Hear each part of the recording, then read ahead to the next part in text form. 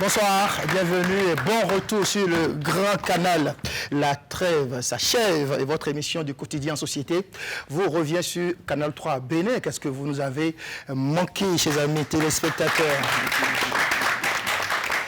La fièvre ambiante qui caractérise Cotonou, la métropole et la liesse populaire, dont temps ont-ils disparu à jamais des habitudes des Béninois au 1er août? Grosse interrogation autour de laquelle va s'articuler ce numéro de votre émission. Émission consacrée à la fête de l'indépendance, la fête nationale du Bénin. Les préparatifs à tous les niveaux, l'État, les ménages, les populations, dans les hameaux et campagnes, et surtout le sentiment du patriotisme devant caractériser chaque fille et chaque fils de ce pays en ces jours. C'est le grand angle indépendance sur le grand canal, sur Canal 3 Bénin. Merci de nous rester fidèles.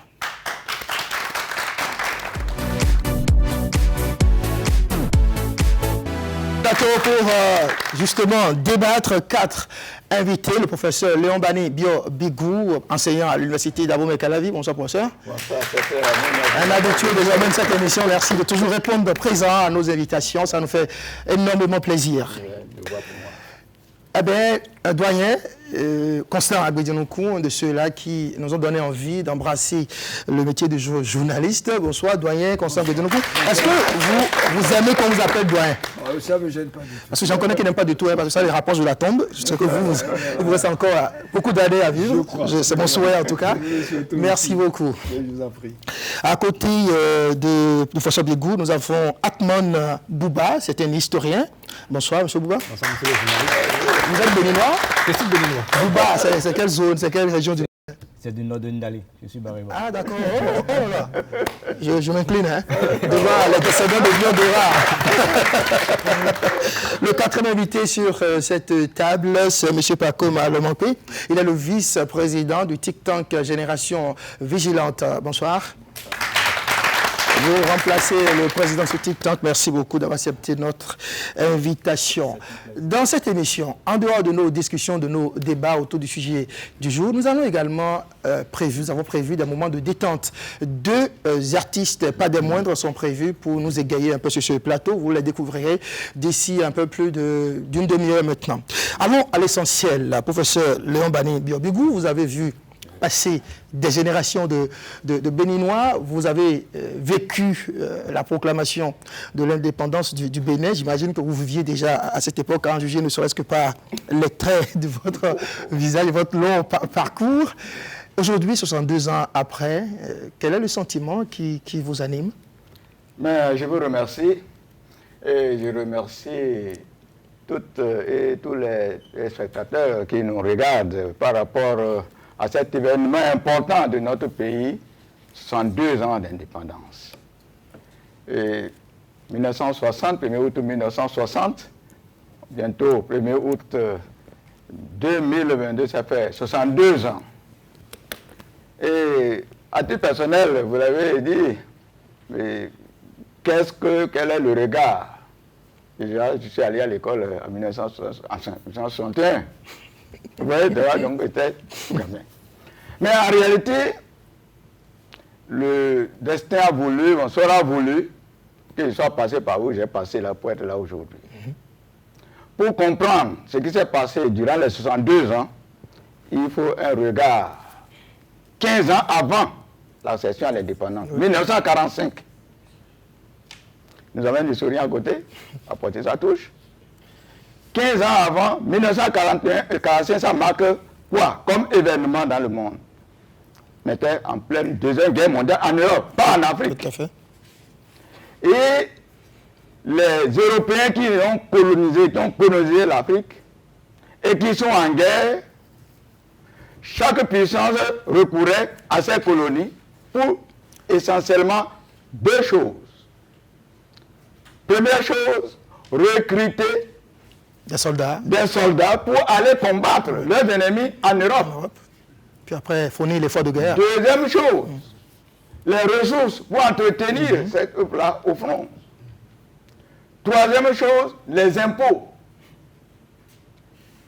Et c'est sur cette base-là, après avoir vécu ce qui s'est passé au cours de la Première Guerre mondiale, les Africains ont pris conscience Parce qu'ils ont vu que les Européens qu'on croyait qu'ils croyaient invincibles, mouraient comme eux. C'est ce qui s'est renforcé en 1945 pour poser comme condition, au cours de la conférence de Brazzaville en 1945, où De Gaulle lui-même était à cette conférence, où il demandait justement l'effort de toutes les colonies françaises. Et c'est là que les colonies françaises ont eu à avoir une exigence, à savoir, après la guerre, l'indépendance. C'est sur cette base-là, De Gaulle ne pouvait rien faire d'autre que de promettre parce qu'il avait besoin de ces colonies. C'est là où De Gaulle a promis qu'après la guerre, ils ont vers l'indépendance. Par chance pour eux, ils ont gagné la guerre. Et c'est sur cette base, pour tenir compte de leurs promesses, maintenant ces colonies-là doivent évoluer au niveau de leur statut pour devenir autorité politique. Et l'autorité politique suppose quoi? Suppose que les colonies, au niveau des colonies, que les citoyens puissent désigner, élire leurs représentants. Donc les premières élections, que nous appelons les élections communales et locales. Deuxième chose, que ces colonies soient représentées à l'Assemblée nationale française. Et on a eu, je crois, sur le Petit au Bénin. Et c'est au cours de cela que déjà à partir de ces premières élections, il y a un problème. Si on ne connaît pas ça, on ne peut pas comprendre ce qui s'est passé par la suite. Alors, qu'est-ce qui s'est passé fondamentalement? Au cours de ces premières élections communales, il y a un problème entre Abomey et Porto-Novo. Et je vais vous expliquer. Est-ce qu'on pourra aller dans les détails? Vous nous avez appelé par rapport à la Allez-y, professeur. Aoumadegbe était bien implanté à Porto-Novo. Sa clinique était là-bas. C'était bien connu. Alors, quand on dit élection, vous irez là où vous êtes connu, non? Oui. Voilà pourquoi il était élu à Porto-Novo. Mais est-ce qu'il a siégé? Non. Parce qu'il ne s'entendait pas avec Apiti. Et c'est là où les gens de Porto-Novo ont dit, mais Aoumadegbe est fond. Il n'a qu'à aller chez lui. Porto-Novo, c'est pour les bons. Voilà l'origine de ce qu'on appelle l'ethnocentrisme et le régionalisme en politique. Combien de Béninois et ça a continué des années, des décennies plus tard. Oui. Il y a ça. Voilà comment il y a dissension entre Aoumadegbe et Apiti, venu, n'est-ce pas, sa clinique à Cotonou. Deuxième élément, par rapport maintenant au choix. Décidément, ça sera difficile de lui arracher. Non, ne pas m'arracher. Non, appelez pas. Parce que les gens comprennent. Maintenant, pour les élections législatives, un seul siège pour le Dahomey. Comme l'Allemagne a perdu la guerre, ils ont annexé le Togo au Dahomey pour un seul siège. Et c'est au niveau de la désignation encore de celui qui va être le premier député de la colonie du Dahomey qui a encore problème de dissension. Aoumadegbe voulait, comment on appelle Apiti voulait. Il y a eu Maga, non? Donc, il n'y avait aucun élément du Nord qui voulait à l'époque là. Je l'ai dit haut et fort. Alors finalement, bon an, mal an, c'est Apiti qui a été retenu. Voilà pourquoi il n'y avait pas de parti politique. Donc c'était des clubs. Seulement à cette époque-là, il y avait deux sièges. Un siège pour les citoyens qui représentaient le grand père au pied, et pour les autres auteurs, les colonies là, c'est Apiti qui a été désigné comme premier député. Et c'est après ces élections qu'il y a eu la nécessité de créer un parti politique qu'on a appelé l'Union progressive dahoméenne. Parti unique qui rassemblait tous ces premiers après ces élections. Et c'est comme ça que pour le premier mandat, bon an, mal an, Apiti. Deuxième mandat, c'est normal, comme ils ont créé un parti politique, cette fois-ci, il n'y avait pas de scrutin de liste, c'est maintenant uninominal. Alors pour cette législature, c'est scrutin de liste. Voilà l'origine des scrutins de liste dans notre pays. Et c'est là, on dit bon, Apiti qui est député sortant, il faudrait le reconduire, c'est cette liste-là. Entre-temps, Aoumadegbe qui n'était pas content de ce qui s'est passé, il a quitté l'Union progressive dahoméenne pour créer le BPA Alors, donc, première fracture. Mais on continue à dire, mais finalement, puisqu'il veut reconduire Apiti, il ne voulait pas. Alors, c'est Apiti lui-même, avec, comment on appelle, la colonie, puis on était encore sous domination pratiquement. Oui. On dit, mais s'ils ne veulent pas vous reconduire tête de liste, alors quittez leur liste pour venir sur la liste de l'Union française. Vous verrez dans les archives que Apiti est redevenu député pour le second mandat sur la liste de l'Union française et non sur la liste de l'UPD. Voilà la fracture. Alors, il restait qui? Il restait comment on appelle Maga. Non, Maga. Je dis bien Maga. Parce que c'est Maga qui était le directeur de campagne d'Apiti pour son premier mandat dans le Nord, parce que Maga était un directeur d'école à Nati-Tengou. C'est Maga qui était le directeur de campagne d'Apiti. Et Maga faisait dérouler les pailles des femmes à Nati-Tengou pour glorifier son candidat qui est Apiti. Alors lorsqu'on, par la suite, on dit les gens du Nord n'aiment pas les gens du Sud. Donc, Maga a été élu pour la première fois sur la même liste que les gens de Porto-Novo et dans la circonscription électorale de Kandi. Donc, je le dis avec force, quand vous voulez m'arrêter là, je dis, si on n'a pas de problème de fond là, il faut comprendre. C'est parce que... on veut que écoutez, non, au contraire, décidément. Non mais, professeur, on va continuer parce que c'est très intéressant. C'est très intéressant que la jeune génération, quand même, s'abreuve à des sources comme vous. Voilà les conditions dans lesquelles on est inquiétude. Alors, lorsque professeur, vous allez continuer. Mon inquiétude. Ceux qui ne s'entendaient pas, finalement, voilà comment. Je vais vous relancer. Mon inquiétude, c'est en réalité qu'on ne relève pas trop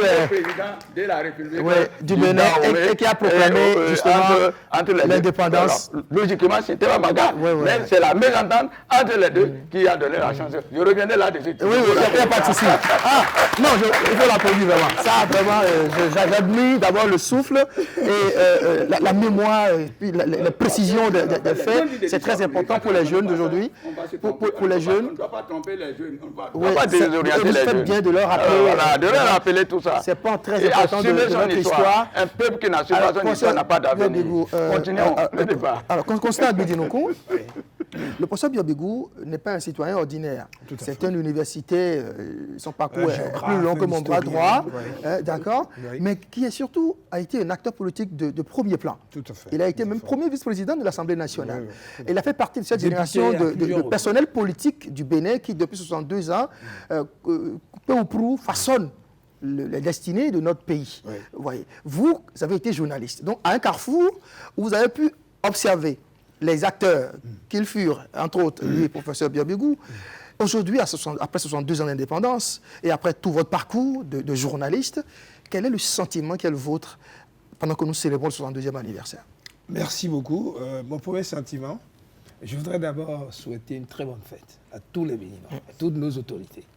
62 ans, c'est pas rien. Hein. Et imaginez quelqu'un qui est né en 1960, 62 ans. Oui, c'est son anniversaire, c'est très important. Le troisième âge. Hein, absolument. Alors, j'ai constaté que nos hommes politiques n'ont pas toujours eu l'amabilité de mieux s'entendre. Hein, quand vous prenez les 12 premières années, 60, 1972, non, c'est vraiment les mésententes, les rancœurs personnelles. Comme l'a dit le professeur Biobégou, entre Aromanegbe et Apiti, c'est des rancœurs personnelles. Et ils ne se sont jamais entendus, jusqu'à leur mort d'ailleurs. Et ce qui est navrant, c'est qu'ils n'ont rien fait effectivement pour que les générations qui suivent puissent mieux connaître l'histoire et ne plus revivre ces rancœurs-là. Donc, on est même jusqu'à nous appeler enfants malades de l'Afrique. Parce que les coups d'État étaient répétitifs. 3 ans seulement après que le président Maga, qui a été démocratiquement élu, d'abord il a proclamé l'indépendance et les élections ont suivi en novembre. Et 3 ans après, il a déjà été débarqué. Et pas des problèmes. Ce fut un enchaînement. Ce fut un enchaînement. Et ce qui m'a même surpris, comme il a dit, après le président Maga, mais les militaires ont donné le pouvoir encore aux civils. Et qu'est-ce qu'on a vu? Le président Soumiga Apiti, qui est président. Et Aromanegbe, qui est, il est d'abord Premier ministre et vice-président. et ils ne se sont pas entendus. Pas du tout. Évident, Et c'est pourquoi encore le général Christophe Soglo est revenu prendre le pouvoir. Et c'est un enchaînement qui n'a pas fini jusqu'au 26 octobre 1972. Alors, c'est cette période-là, je demande aux professeurs et à toutes les grandes institutions de notre pays de nous aider à comprendre l'histoire. Très peu de gens connaissent cette page de notre histoire. Et ça aurait pu nous permettre de comprendre certaines évolution par rapport à ce que nous voyons. Alors, je veux savoir, est-ce que cet enseignement, est-ce qu'aujourd'hui on peut le dire qu'à l'université vous en parlez? J'ai le sentiment qu'on n'en parle pas. Bon, je vous remercie. Je n'arrive pas à comprendre. Je ne voulais pas donner immédiatement la parole pour tout à fait. Donc, il faudrait de souffler un peu. Oui. Il faut qu'on revoie un peu. Il va répondre à votre question plus tard. J'ai le sentiment qu'il y a beaucoup de choses dont on ne parle pas du tout. Bouba, vous êtes historien. Depuis 1972, on n'a plus connu de coup d'État dans notre pays. On a connu 17 ans, 18 ans de révolution marxiste, léniniste et tout ça. Puis, la démocratie arriva. Et on continue de faire notre expérience sur ce chantier-là de la démocratie. Vous, historien, et surtout, vous êtes jeune, comparativement au professeur Biobégou ou encore au doyen Agbedi Noukou. Qu'est-ce que vous retenez fondamentalement de ces 62 ans? Alors déjà, je vais partager un peu l'avis entièrement l'avis du professeur Léon Biobégou, du doyen et journaliste. L'histoire, en fait, aujourd'hui, ce que les autorités font, les hommes politiques font de l'histoire, ce n'est pas vraiment ça. Il faut qu'on puisse remonter en fait au passé, tirer des leçons, puiser en fait des leçons du passé pour en fait préparer l'avenir. Aujourd'hui, dans le passé, le professeur Léon Biobégou l'a dit dans son introduction, dans son intervention, les clivages politiques remontent vraiment, véritablement là. Et c'est ce que nous vivons encore, ce que nous tenons encore jusqu'à aujourd'hui. C'est vrai, l'histoire est enseignée à l'université. Moi, j'ai étudié l'histoire à l'université.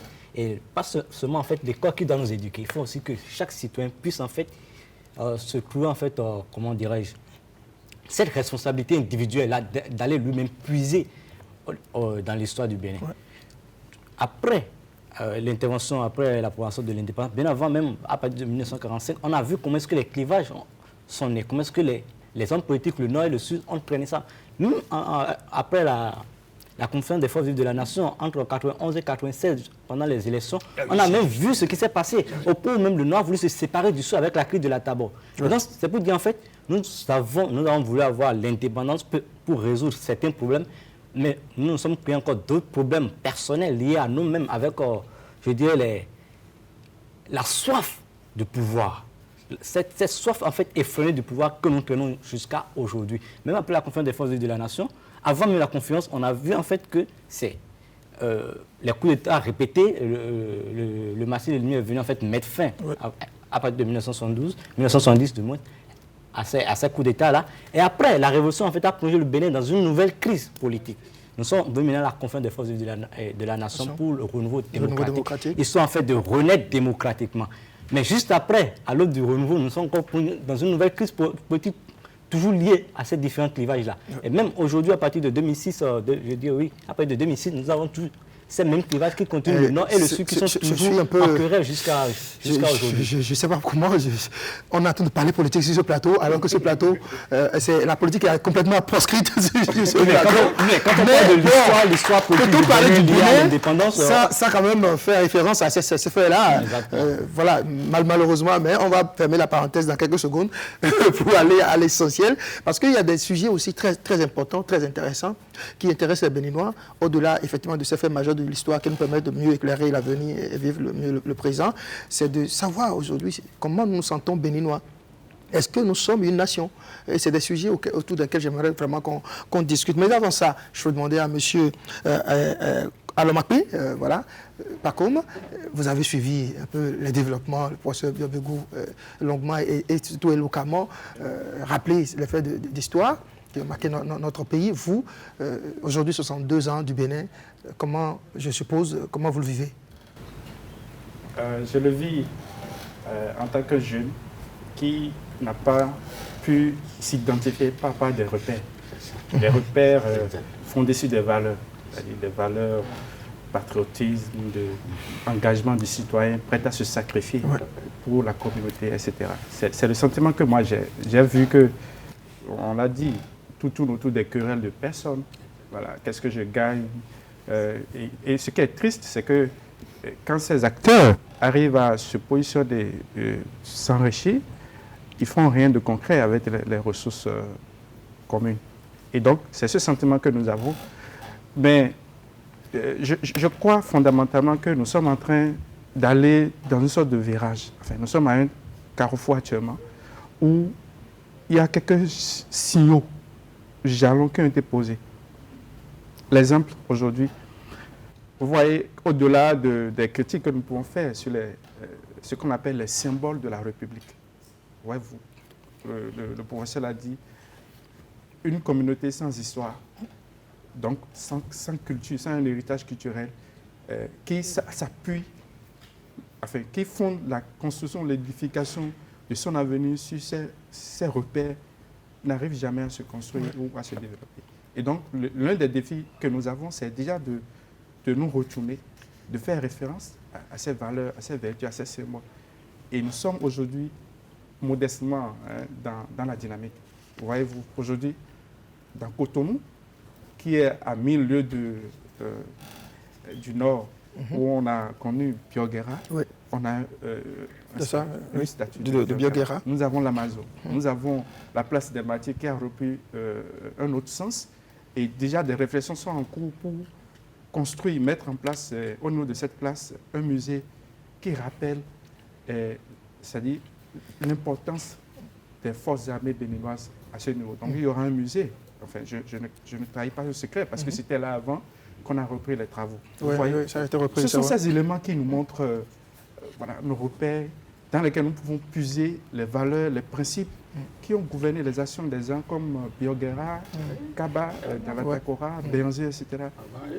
Qui se sont sacrifiés pour nous. Donc c'est ça le sentiment que j'ai. Du coup, est-ce qu'au départ, vous êtes d'une certaine génération, professeur Biabigou? Oui. Quand on compare un peu le parcours du Bénin de 62 ans, est-ce qu'on peut considérer, est-ce que vos espérances de ce moment-là, les espoirs qui portait cette génération des indépendances à l'époque, aujourd'hui, peut-on considérer au regard de tout ça qu'on est devenu une nation vraiment qui est considérée comme telle? Oui, objectivement. Je vous ai dit, moi j'ai fait toute ma carrière dans l'enseignement. Secondaire 2 ans et 38 ans au supérieur. Et le défaut qu'un enseignant doit avoir, c'est le mensonge. J'ai dit c'est le mensonge. Éviter le mensonge. Éviter au maximum le mensonge et l'hypocrisie. Si l'enseignant aime le mensonge, il va tronquer le savoir qu'il est censé transmettre. Parce qu'il s'agit de former des générations qui doivent être meilleures aux générations qui passent. Pour rien au monde, un enseignant ne doit mentir. Il peut mourir sur la base des faits. Voilà pourquoi je parle tel que je parle là. Je connais un peu, avant de m'en tirer en politique, j'ai pris mon temps. Tout ce qui a comme événement malheureux qui a failli mettre le pied à la guerre civile. On a frôlé la guerre civile. Tout à l'heure, je crois que c'est lui qui parlait d'Akabord. Tout à fait. Lorsque le premier coup d'État est intervenu, en 1963. Le 28 octobre. Le 28 octobre 1963. Oui. Parce que là, c'est l'entente entre Apité et Maga pour gérer le pays. Et Aoumadegbe était à l'opposition. Désormais, ce qui ne s'était jamais passé, c'est cette fois-ci le rapprochement entre Aoumadegbe et Apiti. J'ai dit ce qui ne s'était jamais passé. Rapprochement entre Aoumadegbe et Apiti. Pour mettre de côté Maga. Parce qu'il était 3. Et aucun des 3 n'était suffisamment fort pour dominer les États béninois. Il fallait une alliance de 2 contre 1. Voilà pourquoi l'alliance à Maga, à Piti, a donné la chance à Maga. Et maintenant, l'alliance à Aoumadegbe, à Piti, contre Maga, on a créé le premier coup d'État. C'est là où il y a eu la formation, c'est ce qu'on a appelé l'axe Abomey, Alada, Porte-Nouveau contre l'hégémonisme du Nord. Je dis et je pèse parce que je l'ai écrit, c'est là maintenant dans mes documents. J'ai envoyé à tous les chefs d'État, y compris le président Patrice Talon, tout ce que moi j'ai écrit sur l'histoire politique de notre pays. J'ai fait un lot. Est-ce qu'il a eu le temps de lire? Est-ce qu'on lui a remis ça? Je n'en sais rien. Mais pour moi, en tant qu'enseignant, j'ai fait mon devoir. Et je l'ai dit haut et fort. Alors, c'est maintenant, par rapport à ça, vous avez vu comme les deux, il n'y a réellement pas une entente sérieuse. C'est ce qui a expliqué les 9 années d'instabilité chronique qui a fait venir les militaires au pouvoir pour aboutir, n'est-ce pas, au parti unique de la PRPB là. Et vers la fin, vous avez vu les 18 ans, vers la fin, les 2 dernières années, il y a un problème. Et justement, on a encore failli la catastrophe, la guerre. Puisqu'on voulait encore créer même l'état de Bozama, on a dit, notre pays va être appelé Bozama. Bozama veut dire Boagou, Ouémé, Zou, Atlantique, et comment on appelle, Mono, Atakura. C'était ça l'état de Bozama, pour taire le nom du Dahomey. Donc c'est pour vous dire qu'on a failli. Mais Dieu nous a toujours aidés. Et vers la fin de on va revenir sur... on est arrivé à comment on appelle la conférence nationale dont on a parlé, 32 ans aujourd'hui. Et vous avez vu comment on est en train de pouvoir encore ignorer certaines résolutions de cette conférence-là. Et si on ne dit pas ce qui nous a amené à la conférence, quelles sont les résolutions de la conférence, qu'est-ce qu'il faut renforcer, vous voyez, de génération en génération, c'est en train d'oublier l'essentiel. Faisons beaucoup attention, parce que ça fait 32 ans aujourd'hui. Je vais vous proposer dans un instant d'écouter le père Bédinou qui va pu être sur ce plateau, mais qui a eu un empêchement, il nous a accordé une interview. On va le suivre, on va suivre ce qu'il pense justement de la nation béninoise, comme nous sommes vraiment une nation au Bénin. Constant Agbedinoku, est-ce que vous avez le sentiment d'appartenir à une nation? Je fais l'effort de croire que nous appartenons à une nation. Ah bon, il faut tout cela. Il faut croire. Ah bon, il faut travailler dans ce sens. C'est pas facile. Il faut travailler dans ce sens. Vous savez, il y a toujours des secousses, il y a toujours des difficultés, il y a toujours des problèmes à gauche, à droite qu'on doit régler. Ce n'est pas encore la nation en tant que telle. Nous sommes sur le chemin de construire cette nation. Et c'est l'effort de tous qui doit pouvoir permettre ça. Ce n'est pas facile. Ce n'est pas du tout facile. Regardez la grande France qui continue de construire la nation. Ne nous demandez pas, nous, qui avons commencé seulement il y a 62 ans. Non, mais il faut y croire. Est-ce que la création d'une nation, j'imagine que c'est quelque chose qui doit se sécréter et non se décréter, est-ce que c'est se fait au prorata du nombre d'années d'expérience de vie d'une nation? C'est les deux, en fait. C'est-à-dire qu'il doit y avoir l'envie de pouvoir le faire. Et maintenant que tous les citoyens s'accordent pour dire oui, nous devons créer cette ambiance nationale. Chers invités, je vais vous proposer d'écouter le père Bédinou.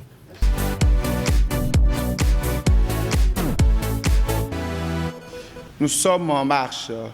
Je ne dirais pas encore que nous sommes totalement une nation, mais voyez, ça fait il y a quand même souvent 2 ans que nous sommes ensemble, que les contingents historiques, politiques ont pu nous mettre ensemble. Nous devons donc essayer de travailler à créer l'esprit national, le sentiment national, être ensemble. Parce qu'aujourd'hui, vous voyez, et nous étions en cercle de minuscules États que le colonisateur a mis ensemble. Mais qu'on le veuille ou pas, nous avons un même filon ancestral. Nous sommes les mêmes. Et ces mêmes ne sont pas seulement au Bénin, c'est tant au-delà même de notre pays.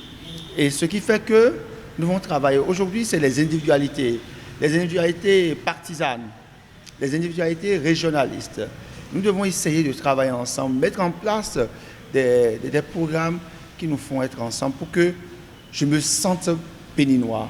Pas seulement de manière nominale, mais de manière réaliste. Ça veut dire quoi? Ça veut dire que ce qui prime d'abord, c'est l'intérêt national, c'est le vivre ensemble. C'est vrai, chacun est heureux et fier de son lieu d'incarnation. Alors, être nation ne veut pas dire qu'il faut gommer les différences et qu'il faut gommer ce qui détermine chacun. Non, la nation nécessite alors donc la conjugaison de l'unité et de la diversité.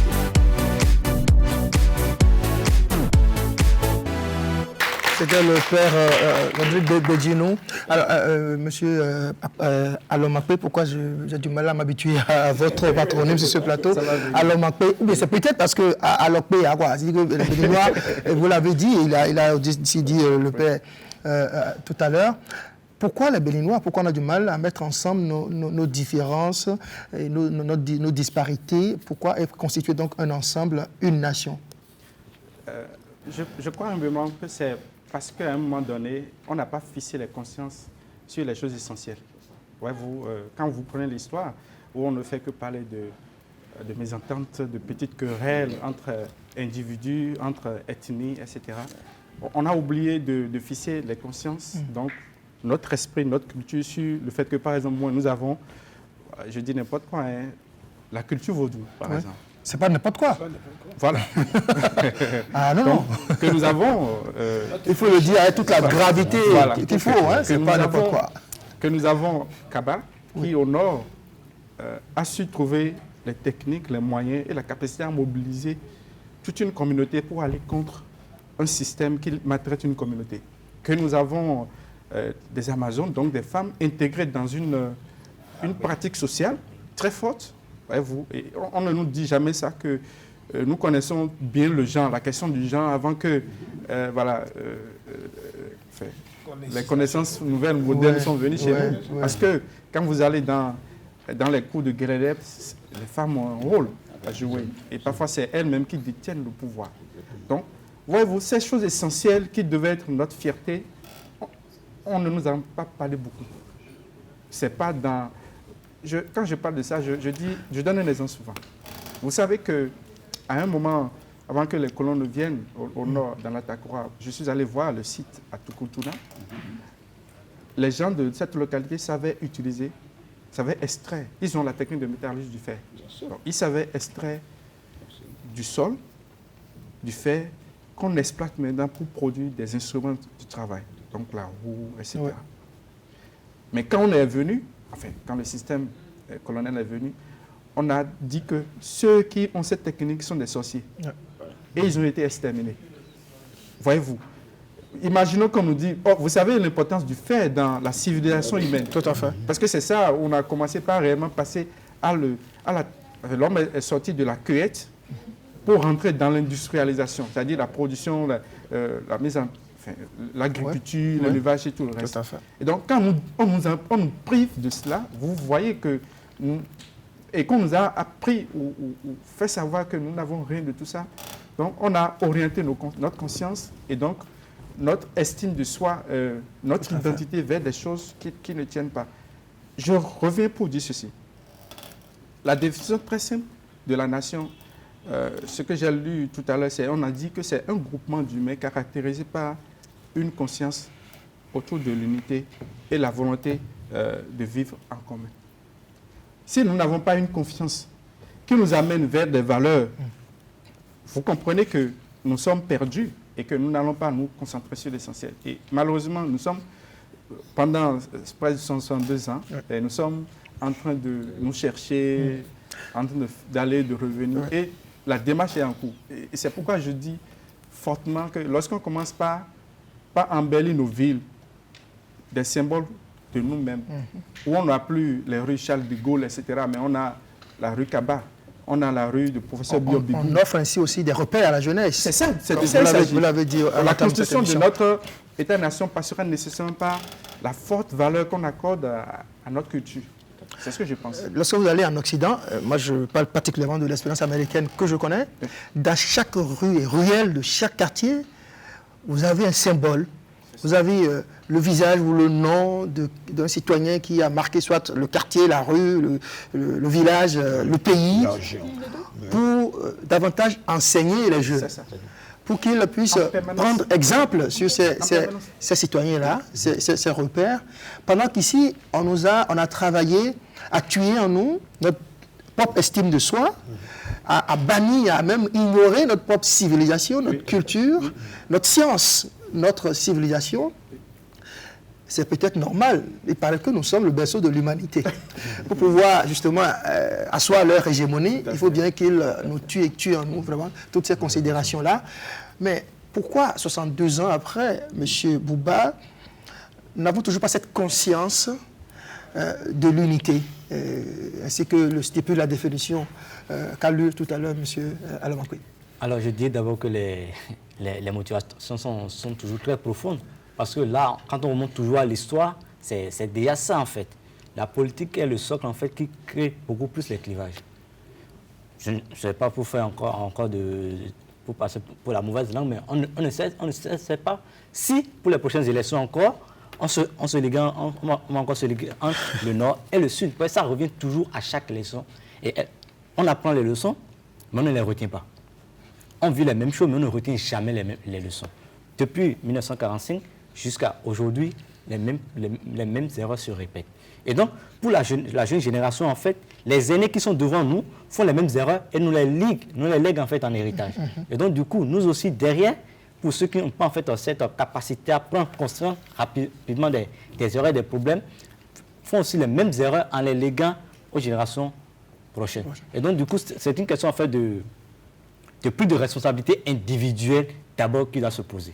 Nous devons en fait, au sein de chaque individu, prendre conscience du problème qui est là et de ce que nous voulons. Il n'y a pas, comme il a dit tout à l'heure, que, en fait, nous n'avons pas de valeur, nous n'avons pas de repère. Il n'y a pas de repère qui existe pour les générations futures. Et donc, derrière, nos frères qui viendront, qu'est-ce qu'ils vont vivre? Qu'est-ce que nous les laisserons, en fait, en héritage? Nos parents ont fait les erreurs, nos ancêtres ont fait les mêmes erreurs. Il ne nous revient pas, en fait, de faire les mêmes erreurs. Notre responsabilité, en fait, c'est de partir de leurs erreurs et, en fait, de les corriger. Quelles sont les valeurs que nous voulons laisser désormais aux jeunes générations? Quand je fais l'effort de voir le verre à moitié plein, je vais vous demander, malgré tout ce qu'on a entendu, malgré tout ce qui se dit sur ce plateau, quels sont quand même, vous, les éléments qui déterminent, vous, votre sentiment d'appartenance au Bénin, de Béninois, votre fierté de Béninois? Moi, je suis très content d'être Béninois. Partout, dans toutes les régions, que ce soit... C'est parfois vous devez faire l'effort de croire en la nation. Je crois fermement. Et de jour en jour, je sais que des efforts sont faits pour que nous tendions vers cela. Et moi, j'ai travaillé partout. À l'OATB, nous voyageons partout au Bénin. Nous sommes amis à nos frères, nous sommes que nous voyons dans toutes les régions, que ce soit au nord, au sud, à l'est, à l'ouest. Et je ne me suis jamais senti lésé. Non. Quand vous allez... l'effort dont nous parlons, c'est quoi? C'est de pouvoir écouter l'autre. De savoir qu'il est votre frère, votre soeur. De savoir que nous appartenons à un même pays. Que nous devons construire. Il faut qu'on se mette dans la tête que nous n'avons pas encore fini de construire notre pays. Que nous devons faire des efforts. Nous devons écouter l'autre. Savoir que c'est mon frère. Et on appartient à ce pays. On ne choisit pas son pays. On est dans son pays. Et tous les gouvernants, il faut qu'on fasse un effort. Un chef d'État, ses ministres, son gouvernement, les partis politiques, les membres des institutions de la République, chacun à son niveau doit travailler pour dire ce pays nous appartient, nous ne devons rien faire pour le diviser. Et je me dis, si c'est un engagement officiel, individuel que nous devons prendre, il faut le faire. Moi, je me rends compte, moi j'ai fait un peu, c'est le Sénégal, la Côte d'Ivoire. C'est vrai, c'est après la mort du vieux, le président Houphouët-Boigny, qu'on s'est senti que ce pays, malgré tout, il y a des divisions. Oui, tout à fait.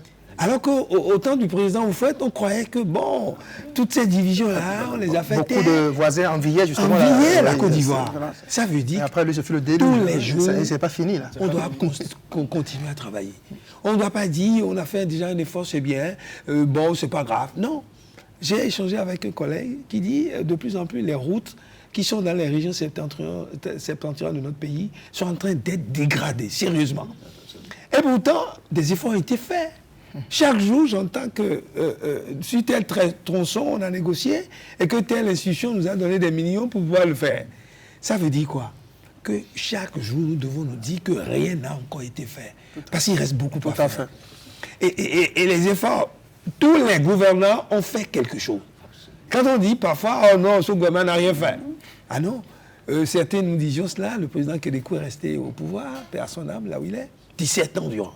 Et qu'est-ce que le PAPB a fait pour notre pays? Mon Dieu, au moins le PAPB nous a évité la guerre civile et nous a conduits à la conférence nationale. Le président Kédékou était ouvert, les gens ne le comprenaient pas. Regardez ce groupe-là, comité central, bureau politique, tout ça, il était seul parmi eux tous. Et il tenait bon, il a dit, il faut qu'on aille à la conférence nationale. Et il a accepté que la conférence réussisse. Au moment où beaucoup de pays autour de nous n'en voulaient pas.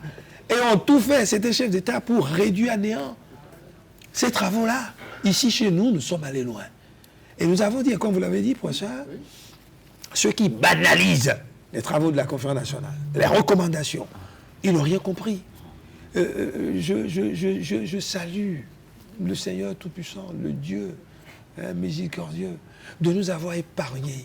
Imaginez-vous tous ces foyers-là qui sont disloqués. Des femmes qui ont quitté leur foyer, les enfants, des maris qui n'ont plus. Parce que c'est en tout cas, au moins 8 mois chez nous, tandis que d'autres pays. Mais comment c'est 8 mois d'arriéré de salaire. Moi, j'ai pas eu mon salaire à l'OATV pendant 8 mois. Pourtant, je venais. C'est derrière nous. Hein, c'est derrière nous. Mais faisons en sorte que ça n'arrive plus jamais. Justement. C'est ça le problème. On va retourner dans l'histoire, professeur Diabigou. Vous parliez tout à l'heure de Bozama, un nom que notre pays aurait pu porter. Ce ne fut pas le cas. J'ai envie de vous demander pourquoi on attribue le nom Bénin à notre pays alors qu'il n'y a aucun symbole de notre pays. Il n'y a rien dans notre pays qui soit lié justement à ce nom-là, qui doit appartenir à une ville ou une localité d'un pays voisin. Je vous remercie.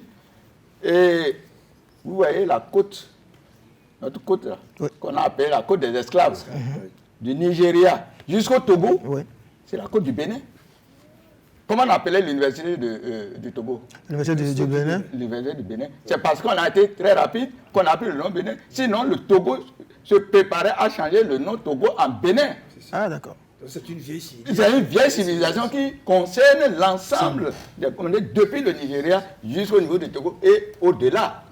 D'ailleurs, les Togolais continuent de dire... Pourquoi Bénin et non autre chose?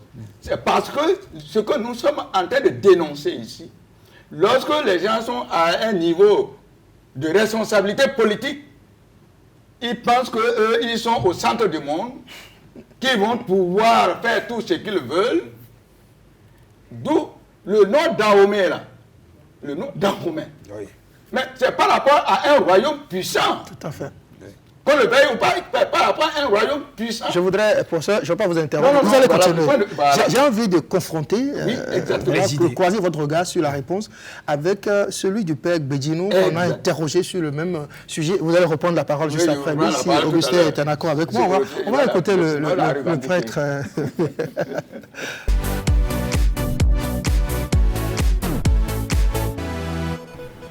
Au début, en 1960, c'est enfant du Dahomey de Bourg.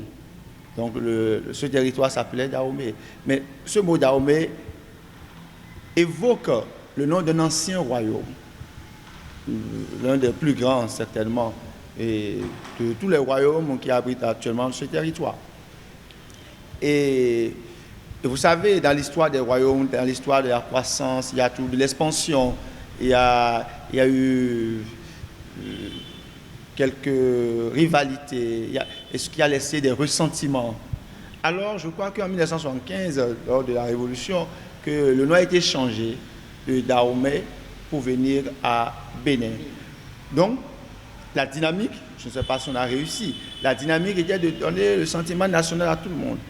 Et ce n'est pas pour autant que ce nom soit étranger à nos réalités culturelles. Parce que le nom Bénin, moi je ne suis pas Yoruba, mais si vous faites les recherches, vous vous en rendrez compte, c'est le nom d'un ancien grand royaume du Nigeria, et dont la population s'étendait Yoruba.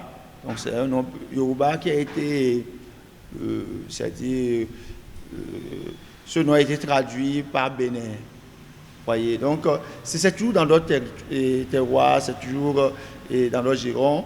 Et c'est là, bon, on a pris ce nom de cet ancien royaume Yoruba du Nigeria pour fédérer.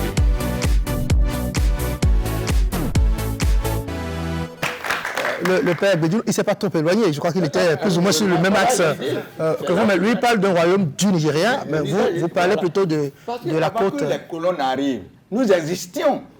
Donc on avait des entités plus ou moins fortes. Il y avait des entités avec lesquelles collaboraient. Il y a des entités qui s'étaient confrontées, menaient des guerres, au bout du rouleau sont devenus des frères. Il y a des entités qui ont gardé des ressentiments. Et brutalement, le colon est venu. Et les forts d'hier, les faibles d'hier, ils les ont mis ensemble. Alors en développant une stratégie que nous n'avons pas eu à bien saisir pour reconstruire notre nation. À savoir la stratégie de supporter le plus fort, le plus faible, contre le plus fort et on l'appelle pour après à un troisième niveau venir les dominer. C'est cette stratégie-là que le colon a eu à développer. Et lorsque nous avons dit que nous sommes maintenant indépendants, c'est pouvoir d'abord dire tirer leçon de notre passé. Quels sont ceux qui s'affrontaient et pouvoir se dire maintenant le passé c'est le passé. Et quelqu'un qui n'assume pas son passé n'a pas d'avenir. Je l'ai dit et je le dirai toujours. D'abord qu'il y ait réconciliation au niveau des communautés.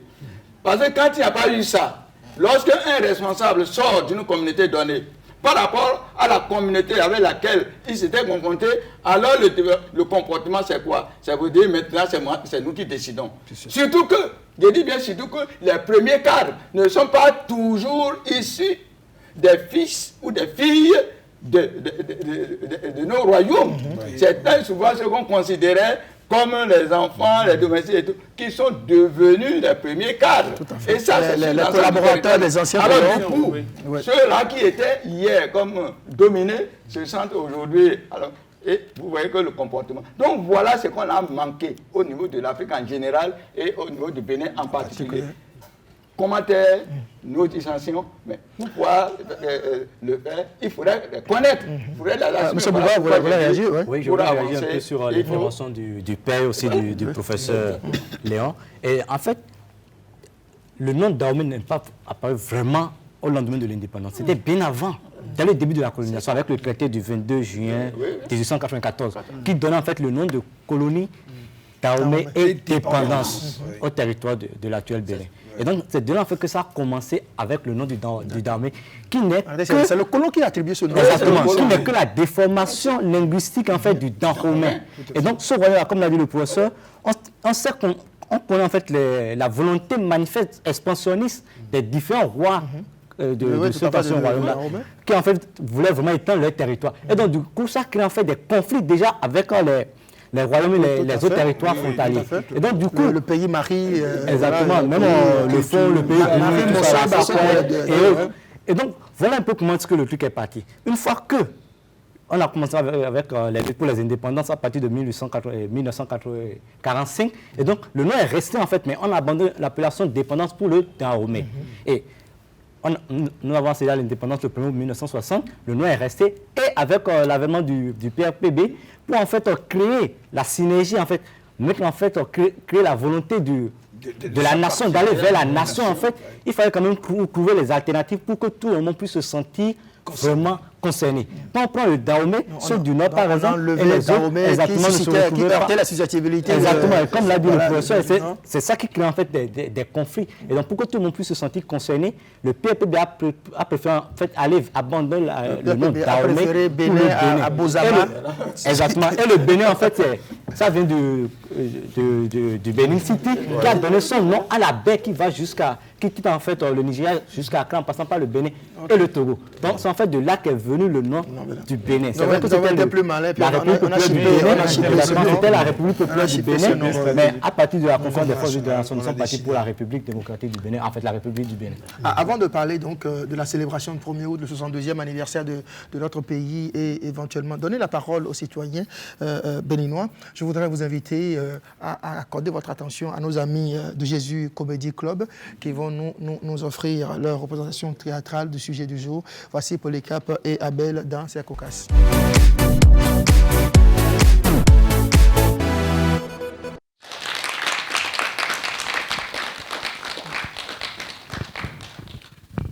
Alors, joyeux anniversaire! Joyeux anniversaire, papa! Ça te fait 62 ans de vie. Mon fils. Akpobi. Mon fils. Même ta démarche a changé. Tu sais? Oh là là. J'ai 62 ans. Ça doit être un jour de fête pour moi, mais je ne suis pas fier de ce que je deviens de plus en plus. Parce qu'il y a de cela 62 ans, lorsque je quittais les entrailles de ma mère et François. Oui, Saint-François. Saint-François, la blanche là. Oui. Quand je quittais ces entrailles, il y a de cela 62 ans, j'avais de la vigueur. Je voyais un avenir prospère. Aujourd'hui, les choses ont vraiment changé, mon fils. Tu vois, je ne suis pas content. Je ne suis pas content. Aujourd'hui, lorsque je veux prendre des décisions, il y a toujours ma mère Françoise là qui dit il faut faire ça comme ça, toujours dans ses intérêts. Je me vois toujours dans ses entrailles. Hein? Je ne suis pas fier de ça. Je veux bien être en joie comme toi, mon fils.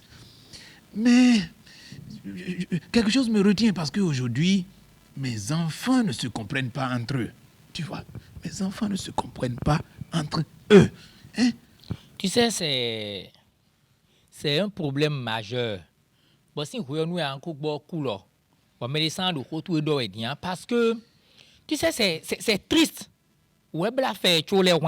C'est triste parce que tu ne peux pas avoir 62 ans et ne pas pouvoir faire preuve de l'indépendance dont on avait parlé en ce temps-là, quand tu naissais. Et au fin de on t'a dit que tu es indépendant, tu es ceci ou tu es... Est-ce que tu es réellement indépendant? Tu ne l'es pas. Regarde les autres maisons à côté.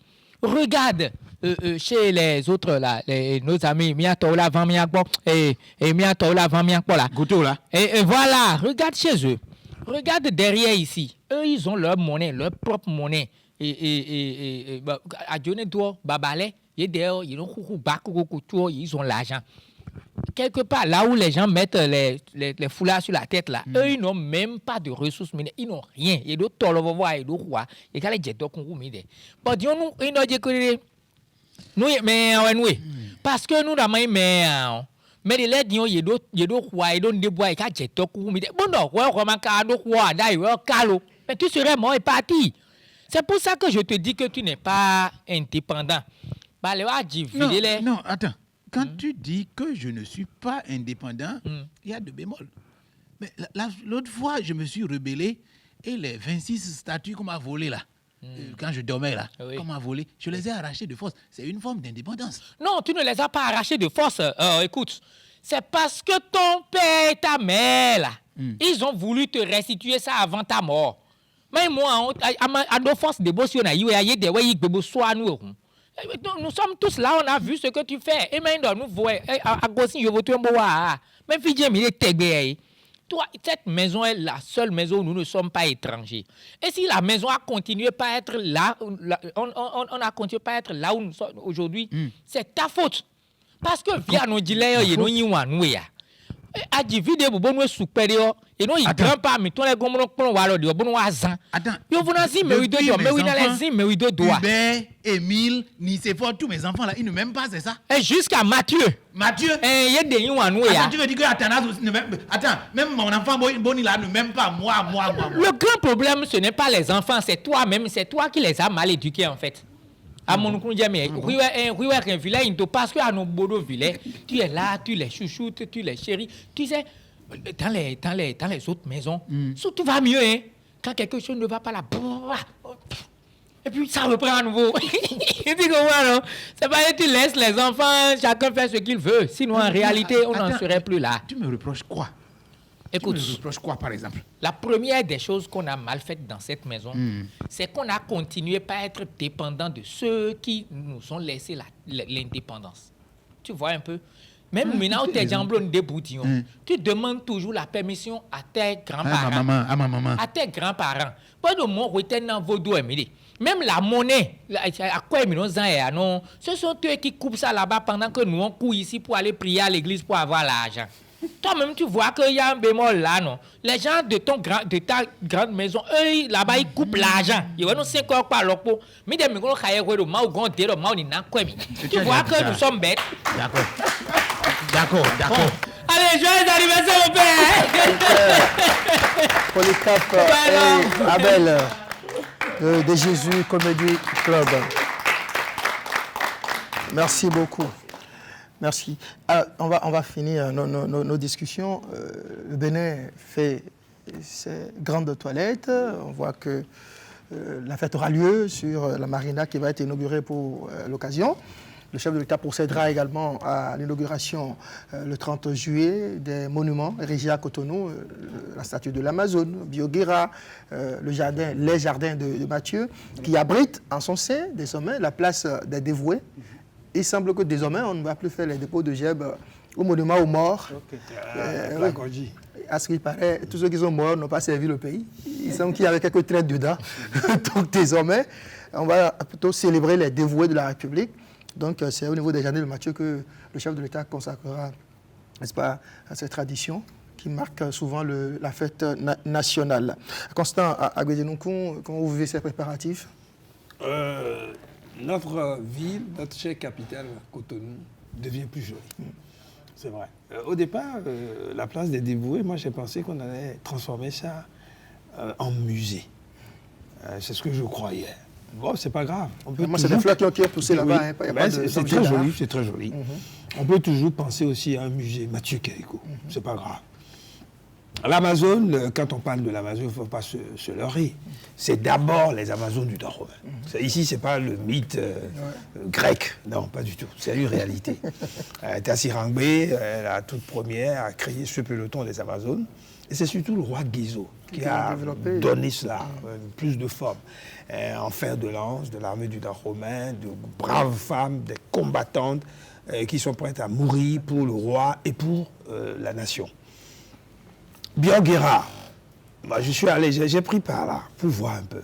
Je suis content. Ça a changé le décor et surtout l'aéroport est devenu très joli. Bioguera à gauche, pardon. J'ai vu le grand chevalier, le grand guerrier qui a beaucoup souffert. Le peu d'histoire que je connais sur lui, c'est quelqu'un qui a été décapité. Vous imaginez? Parce qu'il luttait contre le colon à Parakou, dans le Bangou. C'est bon qu'on se rappelle cette mémoire-là. C'est important. Hein? Et aussi important qu'on connaisse ces différentes histoires de notre pays. Je n'ai pas le sentiment que nos enfants connaissent ces choses-là. Non, non. Mais je dis, je me suis amusé. Parce que j'ai des neveux qui allaient au BC, au bar, tout ça. Et j'ai dit, bon, même au peu. Alors, que connaissez-vous de la conférence nationale? Pas grand-chose. Que connaissez-vous des Amazones? Pas grand-chose. Alors, qui est Bioguera? On n'a pas appris ça. J'ai dit, ah bon? Et pourtant, avant, on apprenait. Maintenant, il faut que le système éducatif revienne en charge par rapport à tout ça. Pour que, quand nous allions à l'école, qu'on n'apprenne pas seulement ce qui se passe dans les autres pays. Je veux bien qu'on soit ouvert sur le monde, mais d'abord notre histoire.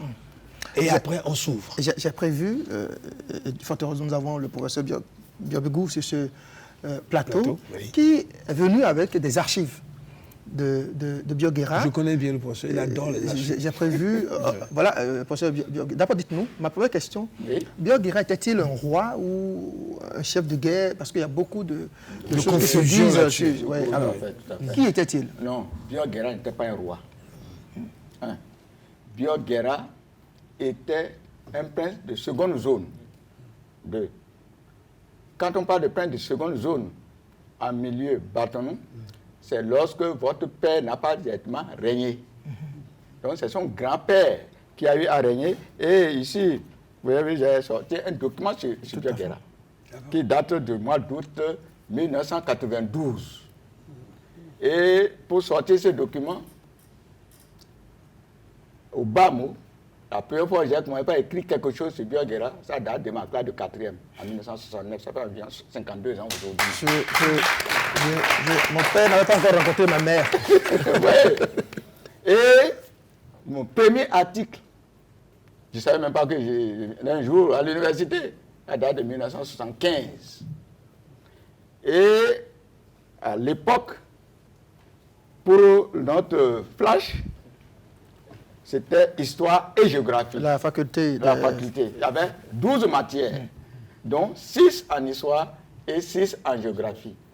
Parce qu'il faut bien situer nos amis. Oui. Et parmi les professeurs d'histoire, il y a le professeur Félix Iroko. Oui, Père à son âme. Père à son âme. Oui. Et je ne sais pas pourquoi, moi j'aime des professeurs rigoureux. Oui. Iroko était rigoureux. Tout à fait. Et il faisait beaucoup de choses. Il faisait beaucoup de choses. Et c'est comme ça que moi, je suis allé lui montrer mes manuscrits. Parce que je n'avais pas de bourse. Parce que je ne parle jamais sans preuve. Je me suis rapporté du professeur Iroko pour lui dire, monsieur le professeur, voici quelque chose que j'ai commencé sur Bioguera. J'en ai entendu parler depuis ma classe de 4e, 1969. Il a lu le lendemain, il est venu me voir et dire, ah, Léon, c'est un très bon travail. Pendant les vacances, je viendrai chez vous. Parce que je suis allé vers lui pour qu'il puisse me renforcer en fait de méthodologie, de comment faire les gens historiques et tout ça. Et pour preuve, on est parti à Gorgounou. C'était avec Félix Iroko. Il a dormi dans mon village de nuit. Et je l'ai amené auprès de certains sages, certains vieux. Et c'est avec son appareil photo, on a pris cette photo-là du vieux. Ça date du 27 septembre 1975. C'est là. La deuxième photo chez un autre vieux, c'est Awere. Ce vieux-là, il connaissait très bien Bioguera. Les deux là connaissaient très bien Bioguera. Donc, 75 aussi. Et c'est après, moi j'ai continué mes recherches. Et jusqu'à ce que j'ai eu la chance de rencontrer les 3 derniers enfants de Bioguera. Voilà. Et vous, justement, vous avez apporté leurs photos ici. Maintenant, Jocelyn, si c'est possible, voilà. on va montrer. Allez-y, continuez. Allez-y, montrez ça bien. 3 enfants dans Je viens. Vous voyez? Allez-y. Voilà, vous voyez? Ça, c'est la maison de Bioguera à Guérankali. Voilà comment c'était. Guérankali, c'est où? Guérankali, c'est dans la commune de Bembereke. C'est le village de Bioguera. C'est là où il y a eu le démarrage des hostilités. Alors, sur cette photo, vous verrez quelqu'un là en blanc. Oui. C'est son second fils vivant, qu'on appelle Bagri. Il a dit à des Et quand il a été chef de ce village-là, il a pris le titre de Kisra. Donc cette photo a été prise par moi-même. Cette fois-ci, c'est en 1984, avec cette photo couleur, vous avez vu, le 4 septembre 1984. Voilà. Et vous avez les vestibules. Il y a 3 vestibules de Bioguera que vous avez sur la photo. C'est ça. Et l'autre photo que j'ai, avant peut-être même, pour que je vous montre, voilà, la photo de fille de Bioguera. Voilà, vous voyez, les ruines des vestibules de Bioguera. Il avait 3 vestibules de 5 mètres de diamètre. Et vous l'avez dit que ces vestibules sont dans cet état-là maintenant. C'est ça, ça a disparu. Ils ont tout détruit. Aujourd'hui, c'est fini. Là, vous ne trouvez plus rien. Moi, c'est moi qui ai pris cette photo-là. On peut faire la reconstitution. C'est pour ça que j'ai ça. On peut faire la reconstitution. Donc, c'est pas grave. Alors, sur leur photo, là où il était là, non, regardez ça. Vous l'avez, tout le monde a vu. Alors, je lui ai demandé qu'est-ce qui s'est passé. Parce qu'il avait environ une vingtaine d'années. Il m'a dit que c'est devant la maison, leur maison là, que Bioguera a attaqué l'administrateur Ferlus, qui est venu s'installer. Et il m'a dit c'était sous un karité. Il a dit il n'a qu'à se mettre à l'endroit précis où il y avait le karité dans leur maison. C'est pour ça, là où il est debout là, il y avait le karité.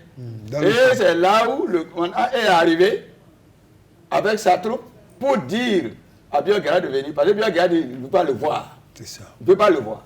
Alors il a provoqué Bioguera en disant qu'il va rester là autant de jours, autant de mois, il faut, s'il ne se rend pas. Et Bioguera lui a dit, mais maintenant je viens. C'est ce jour-là que Bioguera a mobilisé, n'est-ce pas, son armée. Il est venu vers le soir.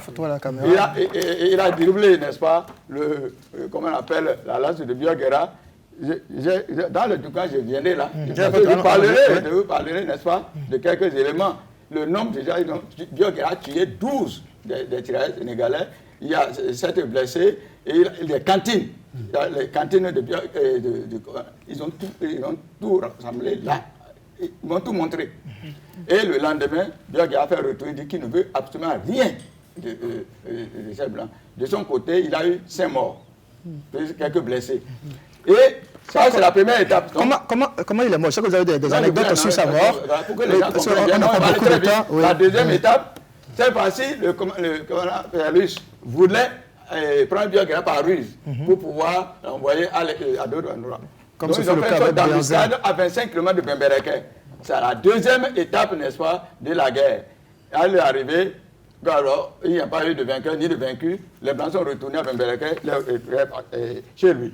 Alors c'est là où Bioguera, cette fois-ci, a pris la décision de pouvoir, comment on appelle, attaquer.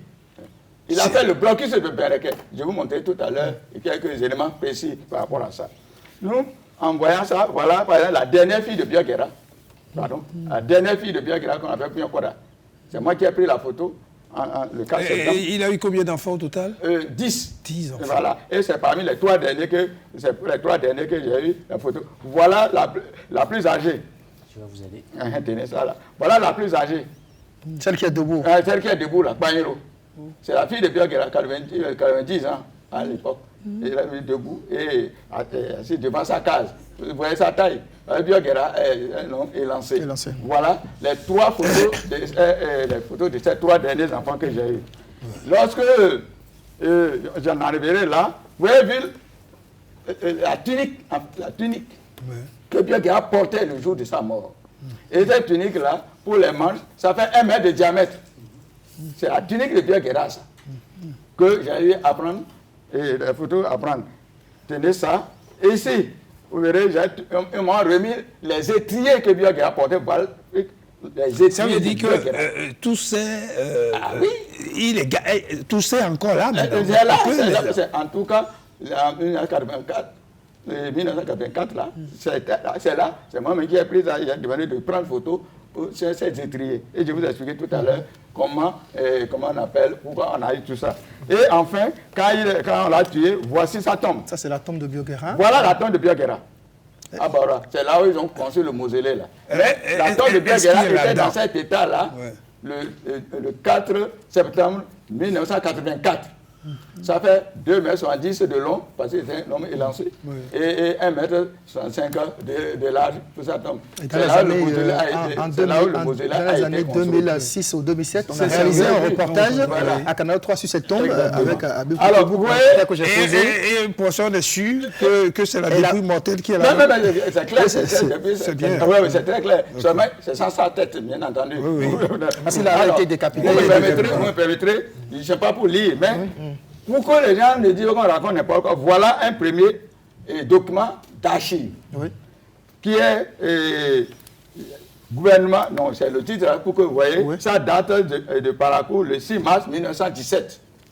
Et gouvernement général de l'Afrique occidentale française, cercle du Borgou, République française, l'administrateur du cercle du Borgou à monsieur l'inspecteur des affaires administratives à Porto-Novo. L'objet c'est quoi?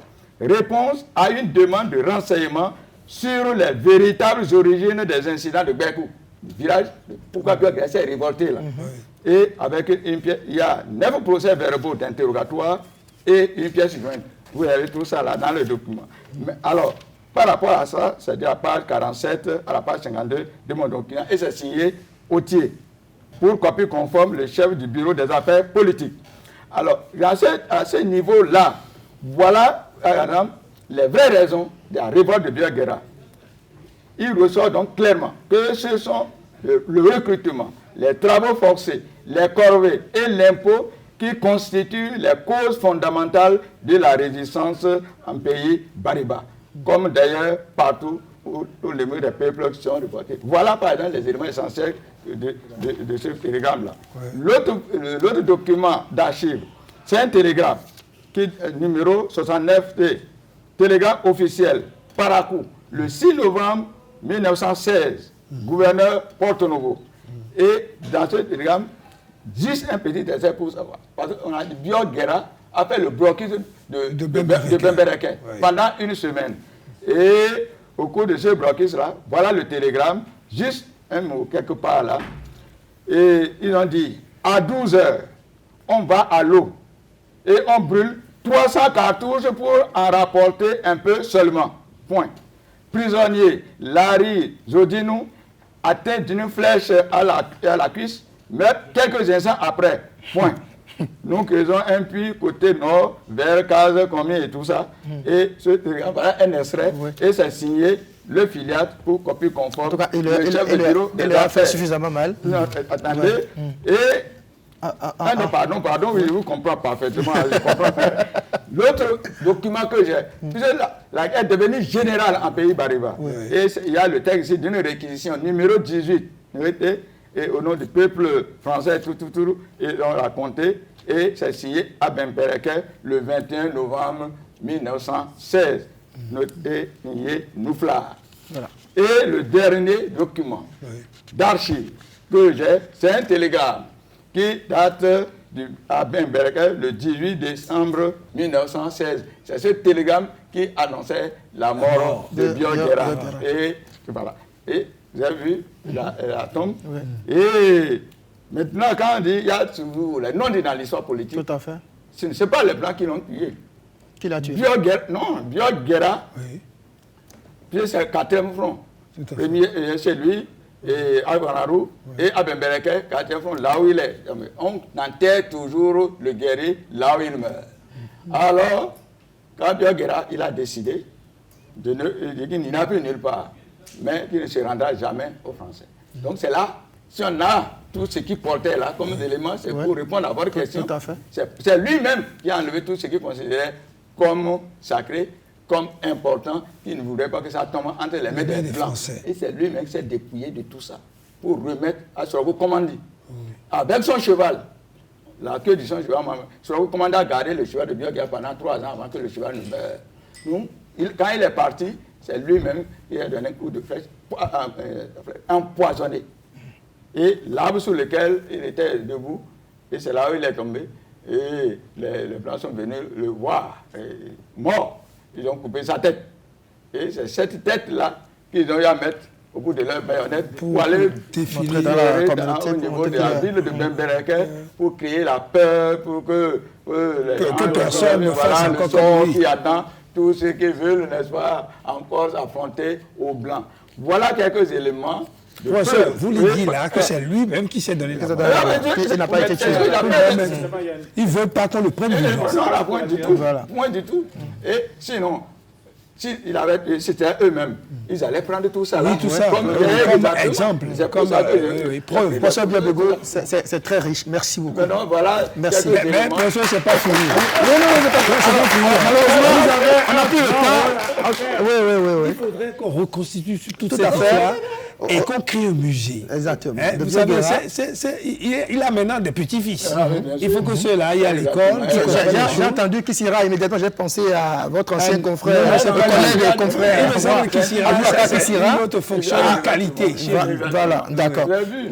Il vous reste du travail. Alors, toujours sur les préparatifs, l'ambiance de fête, je voudrais vous inviter à suivre les Béninois. Ce sera dans la rubrique Le Petit Canal avec Fortune Adiarala. Est-ce qu'elle a le micro? Alors, bonsoir, ça va? Bonsoir, André Dossa. Alors, vous êtes allé en ville, vous avez recueilli pour nous les avis des Béninois. Qu'en disent-ils? Alors, en effet, nous sommes allés dans la ville de Cotonou. Nous avons interrogé les citoyens béninois sur comment est-ce qu'ils préparent l'indépendance de cette année. Nous avons eu diverses réponses. Je vous laisse découvrir.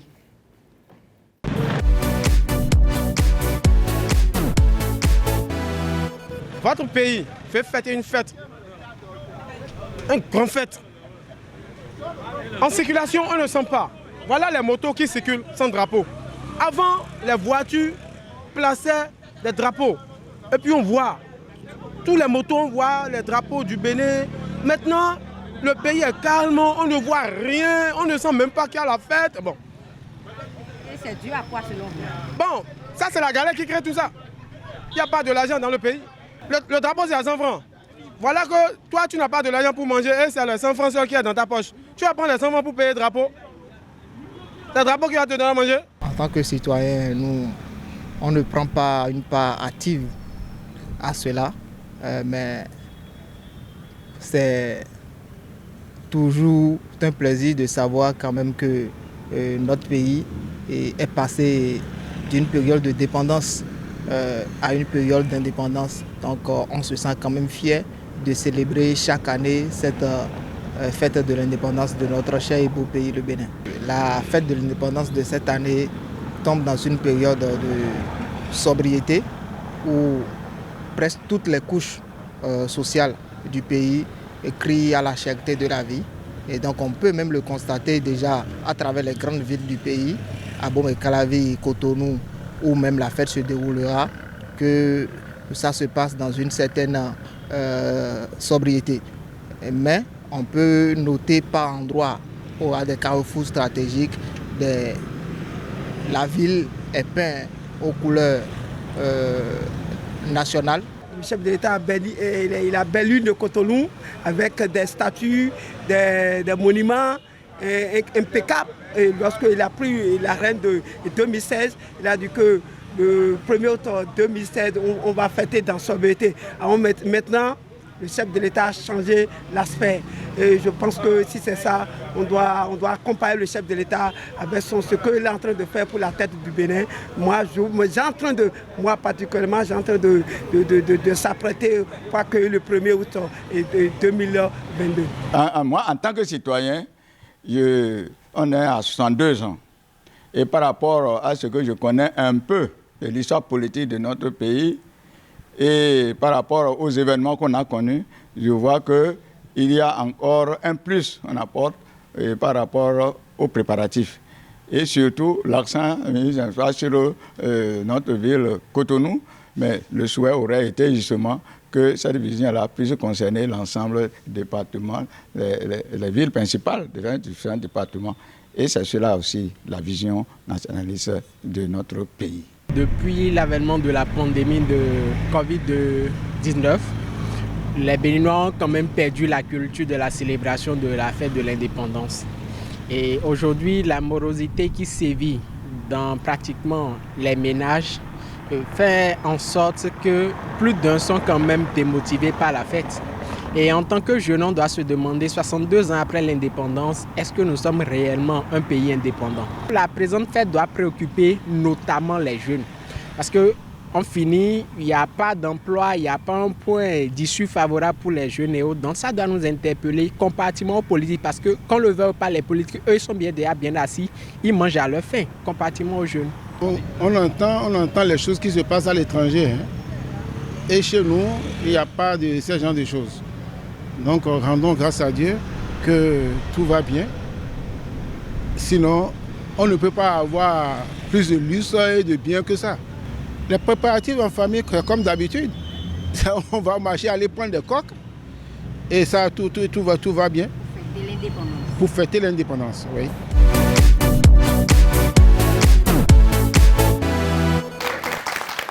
Alors, Fortune, vous avez déjà acheté votre coque, vous? Bien sûr, j'ai déjà acheté mon coq parce que nous avons rencontré aussi d'autres citoyens qui nous ont confié qu'ils ont commandé déjà des coques pour fêter en grand pompe la fête de l'indépendance. On verra bien. Donc, je suppose que vous nous invitez à venir à la maison manger la viande de poulet pour le 1er août. Est-ce que vraiment les citoyens fêtent le 1er août comme on fêterait la Pâque ou le Nouvel An? Je ne sais pas. On a entendu qu'ils ont dit qu'ils ont acheté déjà des coques. C'est sincère, ça? Ce qui est certain, quand c'est une fête nationale, il y a certains qui fêtent. Oui. Hein, mais nous devons faire, vous savez, les médias, l'opinion publique, nous devons faire en sorte que ce soit une vraie fête. Comme le 1er janvier, comme la Noël. C'est une fête nationale. Il faut se rappeler, se souvenir de ces parents-là qui ont lutté et qui ne sont plus avec nous. Une fête nationale, c'est une fête qui nous appartient tous. Et nous devons fêter pour pouvoir honorer la mémoire de ceux-là qui nous ont permis d'être indépendants. Et dans TIC Télé, Roméo Acloso nous propose également quelques images des préparatifs de cette fête nationale du 1er août. Voici TIC Télé. Bonsoir cher André, bonsoir chers téléspectateurs, chers invités sur le plateau. Heureux de vous rejoindre dans cette émission. TIC Télé, aujourd'hui c'est deux parties. La première intéresse, nous allons y aller rapidement avec une publication de Jeune Afrique qui dit ceci. En 1962, en pleine euphorie des indépendances, René Dumont affirmait « L'Afrique noire est mal partie, déclenchant l'IE et la censure des élites politiques et intellectuelles d'Afrique francophone. » Pourtant, près de 60 ans plus tard, le constat ne concrétise pas l'agronome français. L'Afrique noire n'arrive pas à produire un bien-être durable pour ses populations. Une tribune de Kakou Ernest Tigori, écrivain ivoirien, auteur de l'Afrique, a désintoxiqué. Bien évidemment, il y a eu des commentaires sur la page. Nous allons y aller.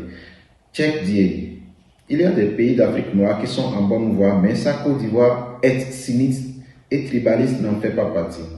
Abdoul Kader Idrissa Daouda. Et si l'Afrique refusait le développement, Dassel Kabou en dit largement aussi.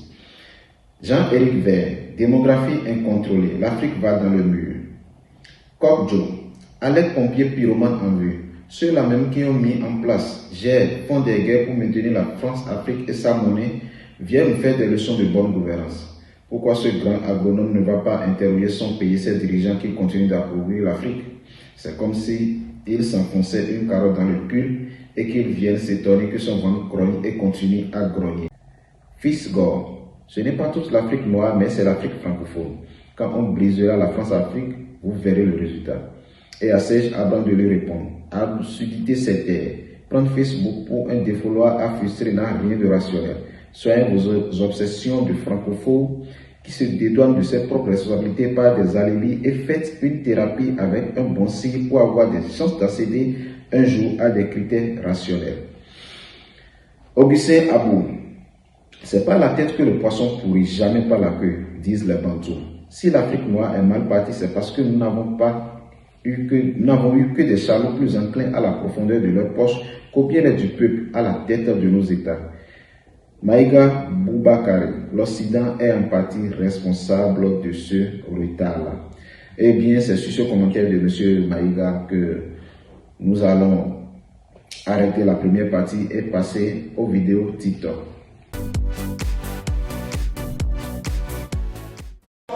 Gai capral mo terenelo, bolalo casismo de menono. Sumaleole, helole, sumaleole, sayo sayole mama sumaleole ma. Aiwa, aiwa.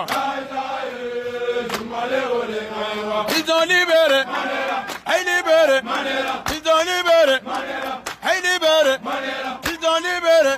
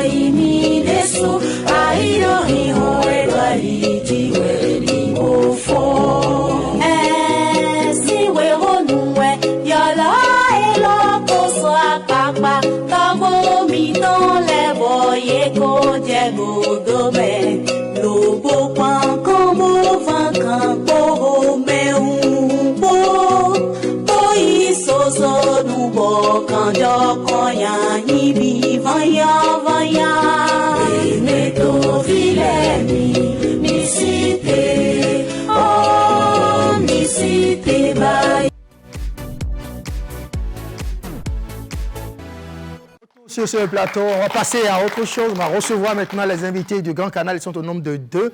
Il s'agit de 2 stars, un comédien et un artiste. Voici l'invité du Grand Canal. Sur le plateau du Grand Canal, nous avons Camille, très connu sur les réseaux sociaux. C'est un comédien béninois. Bonsoir Camille. Bonsoir. Merci d'être sur ce plateau. Ça va ? Ça va très bien. Oui. Ok, d'accord. Et puis, de ce côté, j'ai un artiste. Il s'agit de Arisco La Mélodie. Bonsoir Arisco. Bonsoir, cher journaliste. Je ne sais pas si vous le connaissez. Qui sont ceux qui connaissent Arisco ici? C'est un très grand artiste. Je suis sûr qu'il a une des chansons qui circulent beaucoup, que vous connaissez très bien. Quand il va fredonner, sans doute, vous comprendrez. Alors, Arisco, est-ce que tu as envie de te rappeler au bon souvenir de public sur ce plateau? C'est avec un grand plaisir que je le ferai. C'est vrai que ça fait 13 ans, et 13 ans, ce n'est pas 13 jours. Donc, c'est normal que beaucoup ne reconnaissent pas le visage, parce que ça fait un bail. Maintenant, pour leur rafraîchir la mémoire, on va le faire ici. Qui t'a dit que toi et moi, on n'est pas fait l'un pour l'autre? Qui t'a dit que ma chérie Nangaï, que tu n'es pas ma raison de vivre? C'est toi que j'aime, je ne cesserai de t'aimer. C'est toi que j'aime, tu m'as rendu faux à jamais. C'est toi que j'aime, je sais que tu m'aimes comme je t'aime. C'est toi que j'aime, et les autres sont des copines. Voilà maintenant. Merci beaucoup, Arisco. Alors, avant que Arisco vraiment nous plonge dans l'ambiance de la fête nationale, je sais qu'il va nous faire voyager tout à l'heure, on va s'intéresser à Camille. Camille, d'abord, c'est quoi le vrai nom de Camille? Alors, à l'état civil, c'est Monteiro Camille. Et mon nom on va dire, de scène, c'est Ladji. Alors, comédien ou bien juste quelqu'un qui s'amuse sur les réseaux sociaux? On va dire que je m'amuse sur les réseaux sociaux. Ah bon? Même pas comédien professionnel? Non, parce que j'ai un vrai travail, je suis ingénieur en énergétique en France. Et les réseaux sociaux, c'est vraiment un truc en plus. Alors, ingénieur dans l'énergie électrique. Mais qui est devenu une star sur les réseaux sociaux? Moi, je suis un de vos suiveurs. Je prends beaucoup de plaisir à regarder vos vidéos. Comment vous alliez les deux? C'est une question qu'on me pose très souvent. Il faut savoir que j'ai commencé il y a un petit moment, depuis 2017. J'étais encore étudiant. Je n'étais pas très fréquent sur les réseaux. Je faisais une vidéo presque une fois tous les 3-4 mois. C'est que récemment, il y a 2 ans, on va dire, j'étais à Rouen. J'ai déménagé sur Paris, que j'ai commencé vraiment à être à fond là-dessus. Aujourd'hui, je suis sur un rythme de, on va dire, 2-3 vidéos par semaine. Wow. Ce qui fait que je vais au boulot du lundi au vendredi et je dois me débrouiller en week-end pour tourner, pour faire au moins 4-5 tournages, avoir des vidéos à l'avance sur tout le mois, quoi. Tu vois. Donc c'était un peu compliqué au début, mais j'ai fini par m'habituer. Pour consacrer autant de temps à ces vidéos-là, c'est que forcément c'est rentable, pas vrai? Oh, quelque chose comme ça. Ah ouais, Camille, ça rapporte combien de vidéos? Une vidéo de Camille sur ces plateformes, sur ces pages? Ah ça, je sais pas du tout. En bon béninois. Voilà, le béninois n'aime pas dire ces choses-là. Hein? Alors, avec la compétition de Yves, on va suivre quelques séquences de vidéos de Camille. Ça va, chérie? Ça va, tu vas bien? Ça va, et toi? Merci d'être venu. Hein? Je t'en prie. Quoi? Mais elle est où, ta femme? Oublie cette sorcière-là. Oui. Tu as dit, bientôt c'est toi qui vas prendre ta place. Ouh. Non, mais elle est où? Je sais pas, elle a dit qu'elle voulait aller faire tontine. Tontine? Ok. Tu vois. Sinon, toi, ça va? Comme tu me vois, elle me traite. Il n'y a que sur toi je compte pour prendre soin de moi. Oh. Donc tu es bienvenue. Ok. Mais tu vas commencer à me faire à manger. Oh, d'accord. Qu'est-ce que tu as envie de manger? Je sais pas. Tout ce que tu veux. Tout ce qui est préparé par toi. La cuisine, c'est par là, non? C'est par là. Tu te rafraîchis vite fait quand même? T'inquiète pas. Oh, j'ai oublié quelque chose.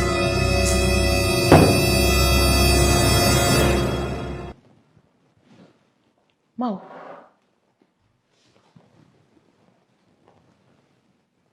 Attends. Je suis en train de rêver. Je suis en train de rêver, papa. Mademoiselle. Mademoiselle. Je ferme mes yeux, j'ouvre. Vous êtes déjà sorti. Mademoiselle! Reste là, ne bouge pas. Il faut faire les choses. Elle veut te quitter. Chérie, ça va mieux ton pied? Oui, ça va. Tu veux ouvrir s'il te plaît, bébé? Je sais pas. Ah, Aïe. Chérie, qu'est-ce que tu fais ici? Tu veux pas là? Comment ça, qu'est-ce que je fais ici? C'est quoi? Apparemment, tu as dit qu'elle veut me quitter, non? Voilà tes affaires. Apparemment, je ne suis pas un bon homme. Je te saoule. Depuis que qu'on est ensemble, t'as vu un désastre. C'est moi le bâtard. Ou bien? Merci de m'avoir prévenu.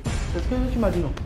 Tu m'as dit qu'elle veut me quitter. Mais pas tout de suite là. Aïe. J'ai dit elle veut voyager. Hein? C'est toi qui m'as dit que Margot veut me quitter. Mais attends, qu'est-ce qui se passe? Elle veut quitter le pays. Chloé, qu'est-ce qui se passe? Moi, je ne comprends pas. Ah non, il m'a dit que tu veux me quitter et tout. Moi, je ne veux pas trop parler. Voilà tes affaires. Débrouillez-vous, vous. Moi, c'est fini. Mais on parlait pas de toi. Quoi? Viens. On parlait pas de toi, chérie. C'est pas de toi qu'on parlait. Et de quoi vous parlez? Mais je parlais du travail. Je suis fatiguée. Je vais quitter mon travail. Tu commences à quitter. Ah, je vais partir. J'ai tourné la chose dans tous les sens. Je ne vis pas, j'ai plus de vie en fait. C'est quel boulot tu fais et puis tu te réveilles le matin à 7h, tu finis à 23h. 23h? Oui, je n'ai plus de vie, je ne fais plus de pause. Tu sais, ma vie c'est devenu boulot quoi, tu vois. Ah oui, ton mari, qu'est-ce qu'il dit dans tout ça, le pauvre? Il est là, il me supporte quand même, mais franchement, j'ai réfléchi, il vaut mieux que je parte. En plus, il ne paie pas bien. Il m'exploite comme ça. Non mais franchement, tu m'étonnes qu'il te fatigue. Je vais partir du travail, je vais pas te quitter quand même. C'est ce que tu m'as dit. La fille disait autre chose, non? Mais je ne parlais pas de toi, je parlais du travail. La personne dit de quitter le travail. C'est ce que tu m'as dit. Voilà, on revient sur ce plateau pour recevoir pour écouter davantage Aresco, la mélodie. Camille, un instant. Aresco, j'ai envie que tu te mettes debout et que tu nous fasses voyager. Moi, je t'ai découvert à Cotonou dans une prestation mais époustouflante où Camille Aresco a exécuté une quinzaine de mélodies et de différents rythmes du Bénin. Je ne sais pas comment il arrive à le faire. Tout à l'heure, il a fredonné un de ses morceaux personnels, mais Aresco, fais-nous plaisir. Ajora come hume, malonia votre vous. Ajoru tovime bojoru novime ahwalele. Nama me barabada. Est-ce que c'est pas beau ça? C'est beau. C'est pas beau ça? Ok. Ça c'est un rythme. On va passer à un deuxième rythme. Lenade koyona chwa manwe buru wedwa jalono.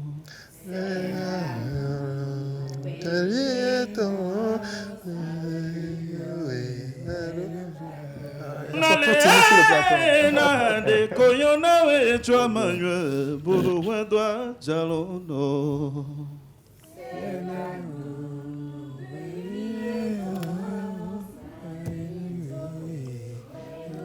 Applaudissez pour vous-même, s'il vous plaît.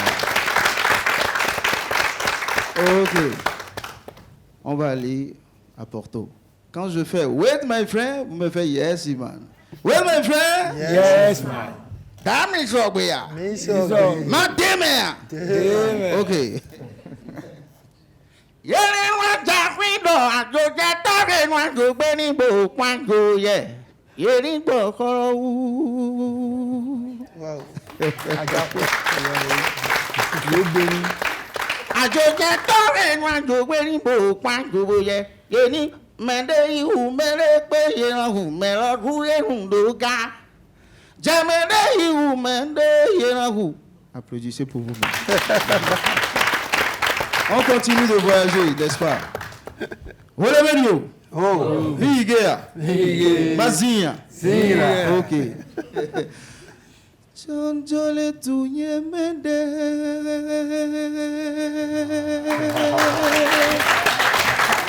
Otoye vila diva uma. Auyaka. Njole tunye mende. Eno yebe vila sega uma. Auyaka. Nebe moule servo mende. Fofo vila dira uma eglo. Auyaka. Moule tunye mende. No yebe vila sega uma. Auyaka. Goelo njalo. Auyaka. Goelo njase. Auyaka. Koyebe vio njalo. Auyaka. Koyebe vio njase. Applaudissez pour vous. Ouais. Les enfants les plus valiants ont été arrachés au continent, loi pour alimenter comme un jet triangulaire. Milo souhait ou le méwibi d'agbéragbélé. Boisado yovoe, borondo yovogu, wendomie. Milo souhait saroué, yovoro hodomisi. Bon, mime, poésie tchewe. Mido sanoville, c'est un péché commun entre vendeur et acheteur.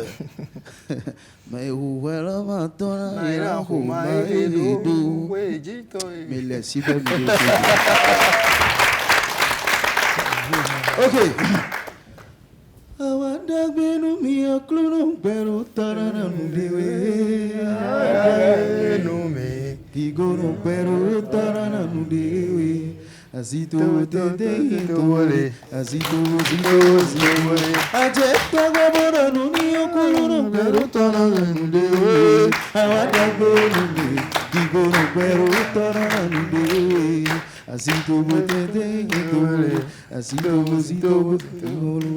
Baby malu dagbea. Akewolo baby malu. Mi malu mi lozo be. Azito iti jegagbe. Mi lozo le.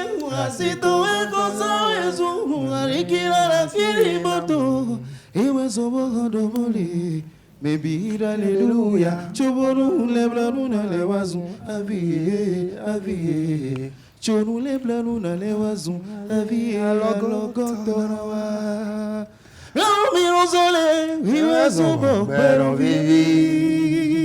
Merci beaucoup. J'ai préféré commencer par le Bénin tout simplement parce que c'est le 229. Allons juste au Togo tout près.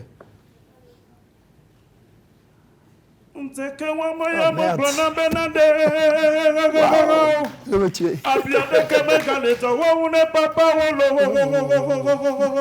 Atike adeke mega kpoma le pelamo oyo gbedalawa osi lodui teke wa moya moklona benede abiadeke mega le tawa une papa wolo atike adeke mega kpoma le pelamo oyo gbedalawa osi lodui meje klodo tonye gbo yemutone be papa ne nous sende la siwade achena mrafi na cho meje klodo tanye gbo ye mutone be papa ne nous sende la siwade achena mrafi na jo ebe vie nous sende comme la gbeto siolo ma wuyenyi ga ebe nous si me wana wa me jojina wa mega wana hafia gbeto vide la si wana jemena wolo mega wolo kwiwenye.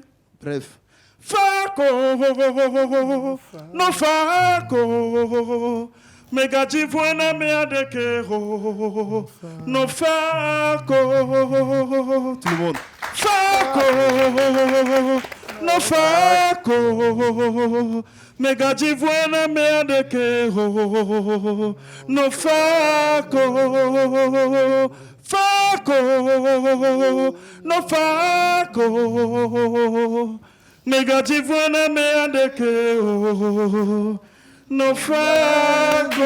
Merci beaucoup Arisco la mélodie. Merci infiniment. Merci Arisco. On va Arisco. Merci beaucoup de vous installer. Merci infiniment. Franchement, moi j'ai eu la chair de poule à un moment donné.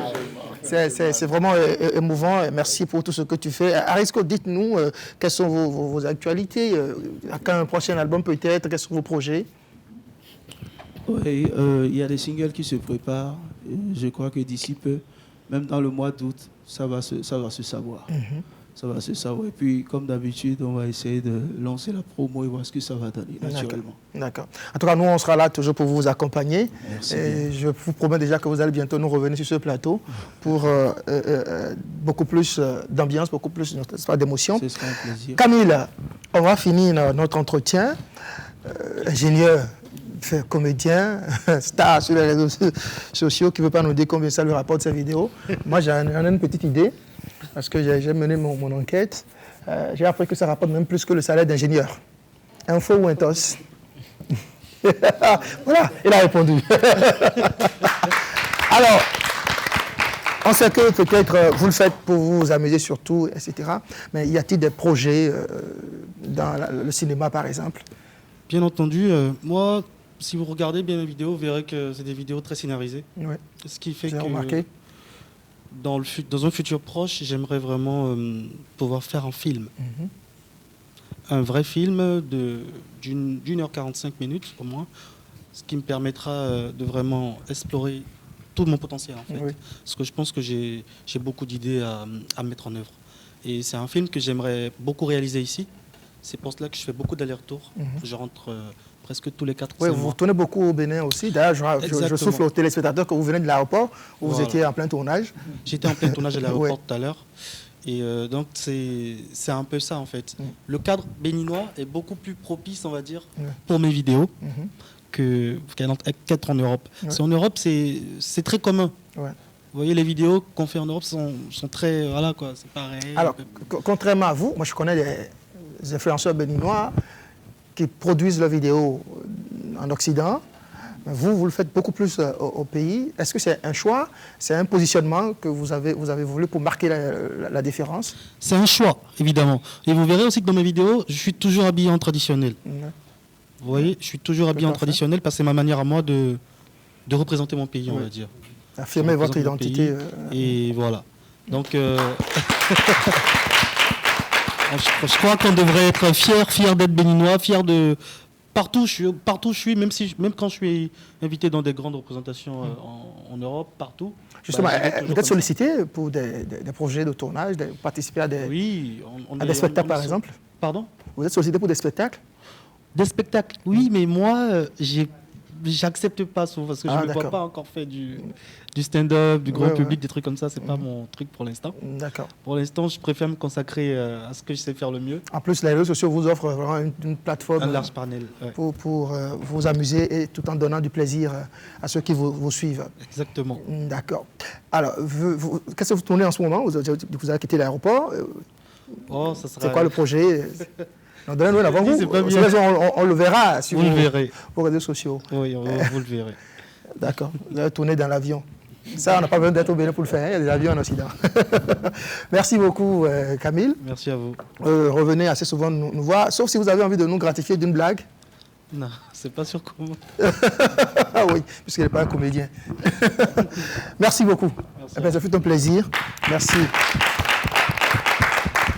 Alors, ce sera tout pour cette émission. Je ne vais pas prendre le risque de nous demander de dire un mot de la fin, parce que ça va nous envoyer... Je sais que le professeur Biabegou a encore beaucoup de choses à dire, beaucoup de choses à nous raconter. Je vais tout simplement vous souhaiter une très bonne fête de 1er août. Déjà, on va rentrer dans l'ambiance de cette fête avec les images des inaugurations. Le chef de l'État qui va inaugurer Bioguera, l'Amazone, et puis les jardins de Mathieu. Tout ça déjà va nous conditionner pour l'événement majeur du 1er août qui va se dérouler sur la Marina. Ça va être une première. Voilà, ça va nous sortir un peu de tout ce qu'on a l'habitude de voir. Les éléments des forces armées sont déjà également dans les préparatifs et tout. Il y a des mouvements de cohésion qui se déroulent déjà un peu partout, n'est-ce pas, dans Cotonou et à l'intérieur du pays, parce que Covid étant fini, j'ai envie de dire, il y aura les défilés, les célébrations à l'intérieur du pays. Voilà, pour ceux qui ne pourront pas faire le déplacement de Cotonou, ne vous en faites pas, allez dans les chefs-lieux. Les préfets sont chargés de vous offrir également le spectacle. Merci donc à vous pour ce Biabegou. Je vous remercie.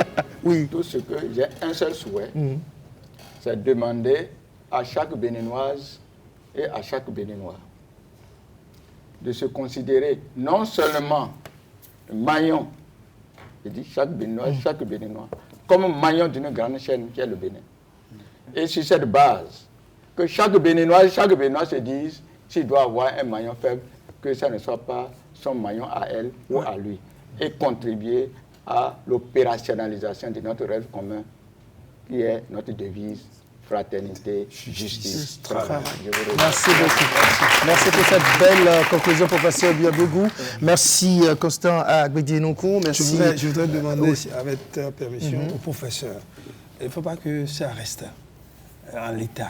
Les recherches, j'aurais bien aimé qu'on réhabilite la tombe de Bioguera, qu'on crée un musée pour que tout ce que vous nous avez montré là, les gens aillent là-bas voir. Travailler avec le ministère de la Culture. Je suis sûr qu'ils seront impressionnés et honorés par ce travail. Merci bien. Merci. Le message est passé. Merci beaucoup. Merci, M. Pacôme Alomapé, vice-président du think tank Génération Vigilante. Merci, M. Atman Bouba, historien. Merci, chers amis. Merci de nous avoir accompagnés. Merci à toute l'équipe de préparation, de présentation et de réalisation de cette émission. Portez-vous bien. Je vais vous offrir, pour finir, cette chanson de Sabouran Danialou en hommage à Bioguera, accompagnée bien évidemment de ces belles images à nous offertes sur cette émission par le professeur Biabegou avec la complicité bien évidemment de Yves Moussounou. Merci de nous avoir suivis. Passez d'agréables moments devant Canal 3 Bénin. Au revoir.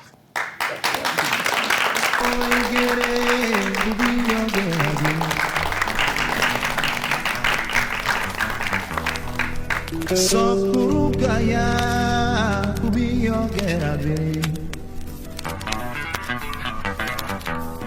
Di bugaya kubiyo gerabe